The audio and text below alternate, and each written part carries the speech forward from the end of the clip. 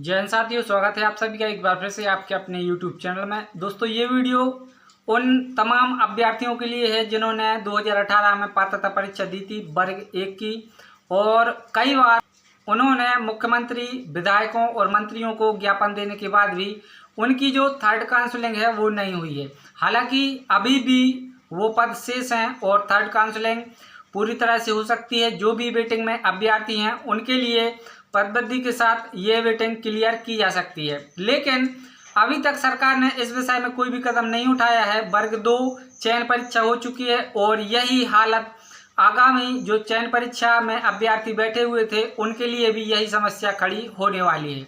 तो इसी को लेकर बहुत ही महत्वपूर्ण अपडेट मैं आपको बताने वाला हूं। आप सभी से प्रार्थना है, अगर चैनल पर नए हैं तो चैनल को सब्सक्राइब जरूर करें, बेल आइकन को ऑल पर सेट रखें जिससे आगे आने वाली ऐसे ही अपडेट आपको मिलते रहें सबसे पहले। तो क्या है उस अपडेट में?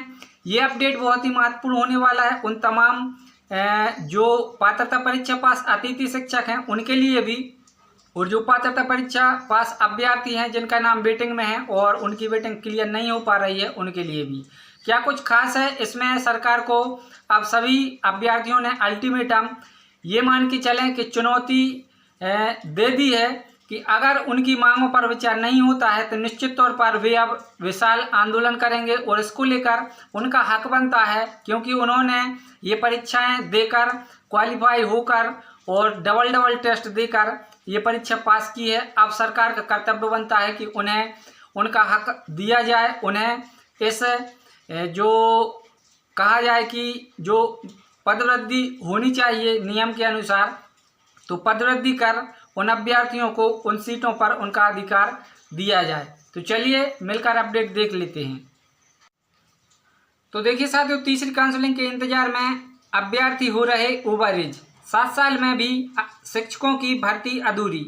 मध्य प्रदेश शिक्षा विभाग भले ही स्कूलों में लगातार शिक्षकों की भर्ती करने का दावा कर रहा है, लेकिन प्रदेश में पात्रता परीक्षा दे चुके हजारों अभ्यर्थी काउंसलिंग नहीं होने की वजह से ओवरएज हो रहे हैं।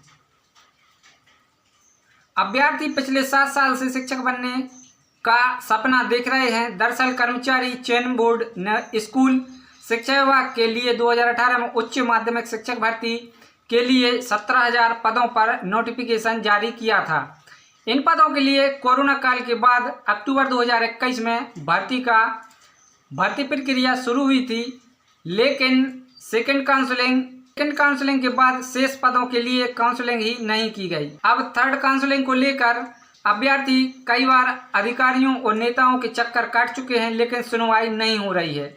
इसे लेकर कई बार धरना प्रदर्शन भी हो चुका है। अब एक बार फिर से गुरु पूर्णिमा 10 जुलाई के दिन अभ्यर्थी प्रदर्शन करने की तैयारी कर रहे हैं। गुरु पूर्णिमा पर 10 जुलाई को अभ्यर्थी करेंगे प्रदर्शन। 2018 की उच्च एवं माध्यमिक स्थायी शिक्षक भर्ती के शेष पात्र अभ्यर्थियों द्वारा अगली काउंसलिंग के साथ भर्ती पूर्ण कराने की मांगों को लेकर गुरु पूर्णिमा पर 10 जुलाई को राजधानी भोपाल में प्रदर्शन किया जाएगा। शिक्षक बनने की आस में पिछले कई वर्षों से उम्मीद लगाए बैठे इन उम्रदराज अभ्यर्थियों का कहना है कि अगर समय पर मांगें पूर्ण नहीं होती तब 10 जुलाई को राजधानी भोपाल में हजारों की संख्या में अभ्यर्थी एकत्रित होकर अनुशासन पूर्वक बड़ा प्रदर्शन करेंगे। देख लें, अभ्यर्थी कई बार प्रदर्शन करने को हो रहे मजबूर। पात्रता परीक्षा संघ के प्रदेश अध्यक्ष श्यामलाल रविदास ने बताया कि उच्च एवं माध्यमिक शिक्षक भर्ती परीक्षा 2018 में प्रथम एवं द्वितीय काउंसलिंग होने के बाद भी माध्यमिक शिक्षक भर्ती के 2237 एवं उच्च माध्यमिक शिक्षक भर्ती के 5935 पद आज तक शेष हैं। इन पदों पर अभी तक तृतीय काउंसलिंग शुरू नहीं की गई है, जिस कारण अभ्यर्थी बार बार प्रदर्शन करने को मजबूर हो रहे हैं। पूर्व में यह प्रदर्शन 18 जून को होने वाला था, परंतु भीषण गर्मी और बदले हुए मौसम के कारण अब यह प्रदर्शन 10 जुलाई को होगा। तो सरकार को समझना चाहिए कि वास्तव में जो अभ्यर्थी हैं 2-2, 3-3 परीक्षाएं देकर क्वालिफाई हैं और अब उनका हक बनता है कि उन्हें ज्वाइनिंग दी जाए, पदवृद्धि के साथ उनको उनका हक दिया जाए। तो ये प्रदर्शन करने की ज़रूरत नहीं पड़ेगी।